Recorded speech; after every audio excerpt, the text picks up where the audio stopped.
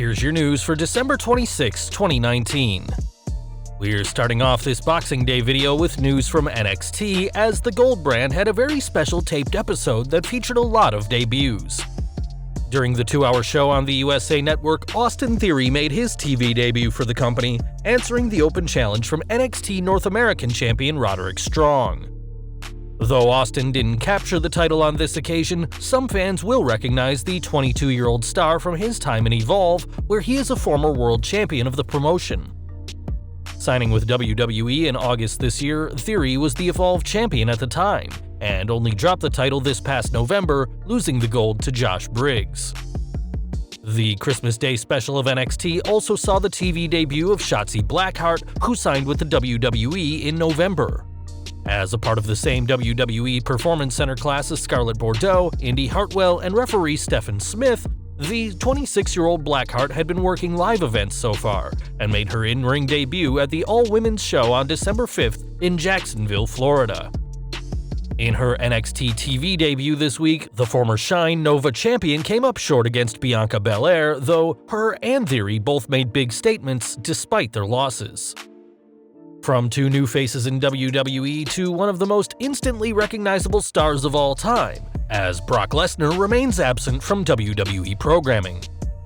Despite being the reigning WWE champion, Lesnar hasn't been seen since Survivor Series, but with the 2020 Royal Rumble just 1 month away, fans are speculating on whom the Beast will face. According to Cageside Seats, the likely opponent for Lesnar will be Cain Velasquez, whom the Beast defeated at Crown Jewel 9 years after Velasquez toppled Lesnar at UFC 121. Since joining the WWE on the premiere episode of SmackDown on Fox, Velasquez has wrestled just one match on TV, but has had a handful of appearances at live events to hone his skills. If the plans with Velasquez fall through, the same report says that the company could go with Kevin Owens or Randy Orton as Brock's Royal Rumble opponent, which fans would presumably much rather have than Kane, who some fans see as another part-time star taking the spot of a full-time superstar. While Orton and Lesnar have faced off in the past, competing at the 2016 SummerSlam pay-per-view, the match was stopped prematurely when Orton was left in a pool of his own blood, with many fans hoping for a rematch with a healthy Viper. On the other hand, Kevin Owens and the Beast have never faced off one-on-one, and after an incredible 2019, could be the perfect fit to face the heel Lesnar. Only time will tell what the company has planned for all four men mentioned, but it's clear that the road to WrestleMania is about to get underway. Though the 2020 Royal Rumble will take place exactly a month from now on January 26th, some superstars may not be in top condition for the show, as the Worlds Collide event will take place on the previous day. The cross-brand show has led to some interesting matchups in the past, and this week, the main event of the show is confirmed, which will see NXT's Undisputed Era take on NXT UK's Imperium. As the holders of every male title in NXT, the team of Adam Cole, Strong, Fish, and O'Reilly are already considered favorites by the fans, though people shouldn't disregard United Kingdom champion Walter, who will be joined by Alexander Wolf, Marcel Barthel, and Fabian Eichner.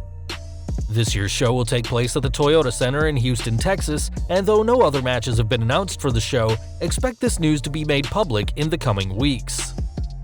We're looking back to this week's edition of Raw now, as the 24/7 championship once again changed hands in hilarious fashion.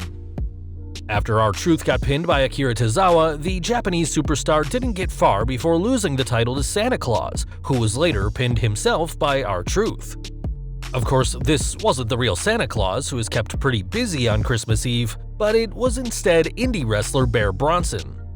Bronson has trained at the Create a Pro Wrestling School, which is owned and operated by Pat Buck and Kurt Hawkins, and while the school already had several successful graduates, they can now add a WWE 24/7 champion to their list of accomplishments. Though Bronson may have had a fantastic Christmas, which included him being part of WWE history, one star who had a terrible festive season is Zelina Vega. We all know just how difficult life on the road can be for the superstars and crew of WWE, and Vega was looking forward to seeing her family during the festive time. Unfortunately, this didn't happen, and the superstar/valet took to Twitter to call out airline company JetBlue. Claiming that this had been the worst Christmas ever, Vega revealed that she had spent a lot of money for the quote, useless flight and had not been able to see her family. Though details of what had happened are still a mystery, what we do know is that this is one Christmas that she will be hoping to forget very soon. Back to the ring now, and with Christmas out of the way, the superstars will be returning to action, starting with a huge show inside Madison Square Garden tonight. Over the past few weeks, the company has pushed the show and its main event hard, as Becky Lynch will defend her Raw Women's title against both Charlotte Flair and WWE Women's Tag Team Champion Asuka in a steel cage triple threat match. Also on tonight's show, WWE United States Champion Rey Mysterio will defend the Star-Spangled Strap against Andrade, with Zelina Vega no doubt hoping that tonight is better than yesterday. Also on the show, Seth Rollins will take on Kevin Owens, AJ Styles and Randy Orton will continue their feud, and Rusev will face Bobby Lashley, this time in a no-holds-barred match.